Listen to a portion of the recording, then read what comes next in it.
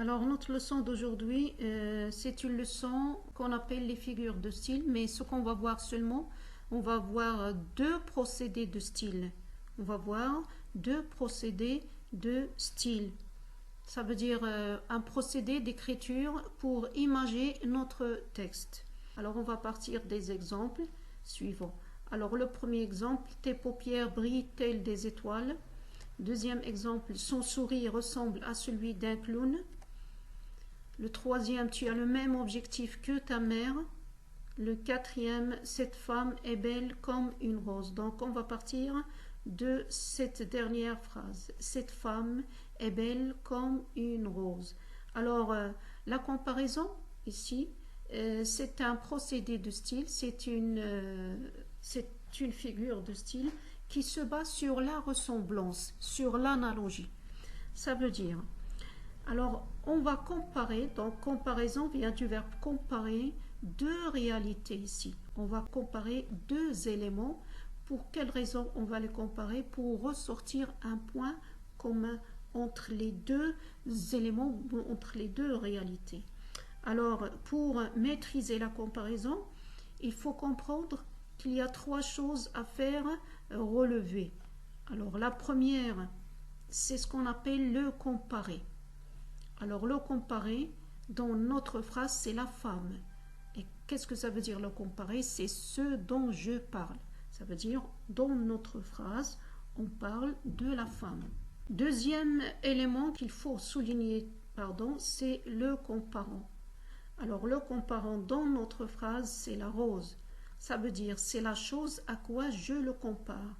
Donc, on a la femme qui est comparée, on la compare à la rose, qui est la chose à quoi je compare la femme. Bien sûr, il nous faut l'outil de comparaison. Alors, l'outil de comparaison, c'est le moyen qui me permet de ressortir le point commun entre le comparé et le comparant. Alors, dans la phrase, ici, on a comme. Bien sûr, quel est le point commun entre la femme et la rose? Bien sûr, c'est la beauté. On peut dire un autre point commun, puisque la rose est fragile. Alors la femme aussi est fragile. Donc, on va ajouter la fragilité de la femme à la beauté, à sa beauté. Donc, ici, on a comparé la femme qui est une réalité à la rose qui est une autre réalité. Alors, on passe à la phrase numéro 1. Tes paupières brillent telles des étoiles. Alors, le comparé, c'est tes paupières. Le comparant des étoiles et l'outil, vous avez vu ici, c'est tel. On n'a pas toujours comme, donc j'ai voulu diversifier les outils de comparaison pour les connaître. Alors, tel des étoiles, donc ici, le point commun entre les paupières et les étoiles, c'est la brillance. Alors ici, dans la deuxième phrase, on a son sourire ressemble à celui d'un clown. Donc le comparé, c'est le sourire de quelqu'un à celui d'un sourire à celui d'un clown. Ça veut dire au sourire d'un clown. Alors le moyen ici, c'est ressembler à. C'est un verbe, ressembler à. Alors ici, tu as le même objectif que ta mère. Donc, vous deux, ça veut dire toi et ta mère, vous avez le même objectif. Alors, le moyen, c'est le même que. Alors, on va récapituler avec une petite règle de la comparaison. Alors, que c'est que la comparaison? C'est un procédé d'écriture qui permet de rapprocher deux éléments qui ont un point commun ou plusieurs communs ensemble. Alors on passe au numéro 2 de notre leçon, la métaphore. Donc comme ce qu'on vient de dire à propos de la comparaison, la métaphore aussi c'est un procédé de style, c'est un procédé d'écriture qui me permet d'enrichir mon texte par des images, par des comparaisons. Alors, on va partir toujours des exemples pour bien comprendre. Alors, la première phrase, cette chanteuse a une voix de rossignol. Deuxième phrase, tu as vraiment des cheveux de soie. Troisième phrase, la mer est une source intarissable d'amour et d'affection. Alors, on va commencer par la première phrase. Cette chanteuse a une voix de rossignol. Alors, le comparer, on a cette chanteuse, le comparant voix de rossignol. Bien sûr, ici, c'est la voix de la chanteuse qui est comparée à la voix du rossignol. Alors, qu'est-ce qu'on constate? On constate qu'on a le comparé, ici le comparant, mais pas d'outil de comparaison. Alors, le comparé, c'est la voix de la chanteuse, le comparant, c'est la voix du rossignol, et pas d'outil de comparaison. Donc, dans cette figure de style, on affirme l'équivalence entre la voix de la chanteuse et la voix du rossignol. Ça veut dire que la voix de la chanteuse est très belle, elle est mélodieuse, elle est douce comme celle du rossignol. Alors ici, tu as vraiment des cheveux de soie, donc le comparé c'est tes cheveux, puisqu'on a ici, tu as vraiment des cheveux, tes cheveux. Le comparant c'est la soie. Alors pas d'outil de comparaison, mais il y a une équivalence entre tes cheveux et la soie. Alors le point commun c'est la douceur. C'est la douceur. Tes cheveux sont doux comme de la soie. Alors on passe, la mer est une source intarissable d'amour et d'affection. Alors le comparé c'est la mer, le comparant c'est la source. La source ici c'est l'origine, peut-être un fleuve par exemple. Donc la mer est une source intarissable qui ne tarit jamais. Ça veut dire qu'il donne son amour et son affection sans condition et sans arrêt. Alors on récapitule. Qu'est-ce que c'est que la métaphore?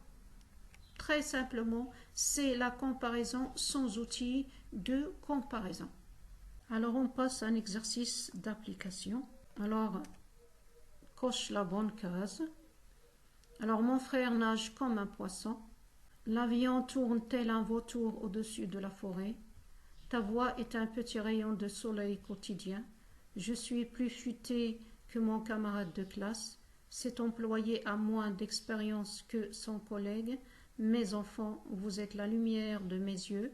Notre voisin est aussi bavarde qu'une pie. Alors, on vous demande de cocher la bonne case. Alors, bien sûr, vous pouvez arrêter la vidéo un moment pour faire l'exercice et puis vous pouvez encore la reprendre. Alors, on va commencer par la première phrase. Mon frère nage comme un poisson. Alors, ici, où est le comparé? C'est mon frère. Le comparant, c'est un poisson. Alors, l'outil de comparaison est comme. Donc, je compare mon frère à un poisson dans l'eau. Ça veut dire qu'il maîtrise la natation. Alors, qu'est-ce qu'on a ici? On a la comparaison, bien sûr. Je passe, l'avion tourne tel un vautour au-dessus de la forêt. Alors, le comparé, c'est l'avion. Le comparant, c'est un vautour. Ça veut dire un aigle. Et l'outil, c'est tel. Bien sûr, on a la comparaison. Dans la troisième phrase, on a ta voix est un petit rayon de soleil quotidien. Alors, le comparé, c'est ta voix. Le comparant, c'est un petit soleil de rayon, un petit rayon pardon, de soleil quotidien.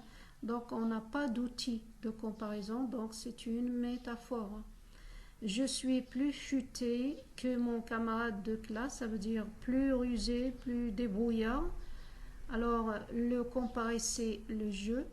Puis, le comparant, c'est mon camarade de classe. Et on a ici un outil de comparaison, bien sûr, lequel c'est plus que. C'est le comparatif de supériorité. Alors, on est dans une comparaison. Dans la phrase suivante, cet employé a moins d'expérience que son collègue. Alors, le comparé, c'est cet employé. Le comparant, son collègue. Le moyen, c'est moins que. Alors, c'est le comparatif d'infériorité. Bien sûr, on est dans la phrase. Dans la phrase ici, on a la comparaison. Puis, mes enfants, vous êtes la lumière de mes yeux. Alors, le comparé, c'est les enfants. Le comparant, c'est la lumière des yeux. Et bien sûr, on n'a pas d'outil de comparaison, on est dans une métaphore. La dernière phrase, notre voisine est aussi bavarde qu'une pie. Alors, le comparé, c'est notre voisine. Le comparant, c'est une pie. Ça veut dire un oiseau qui n'arrête pas de bavarder aussi, qui n'arrête pas de gazouiller, de pépiller. Alors, l'outil est aussi que, donc c'est le comparatif d'égalité.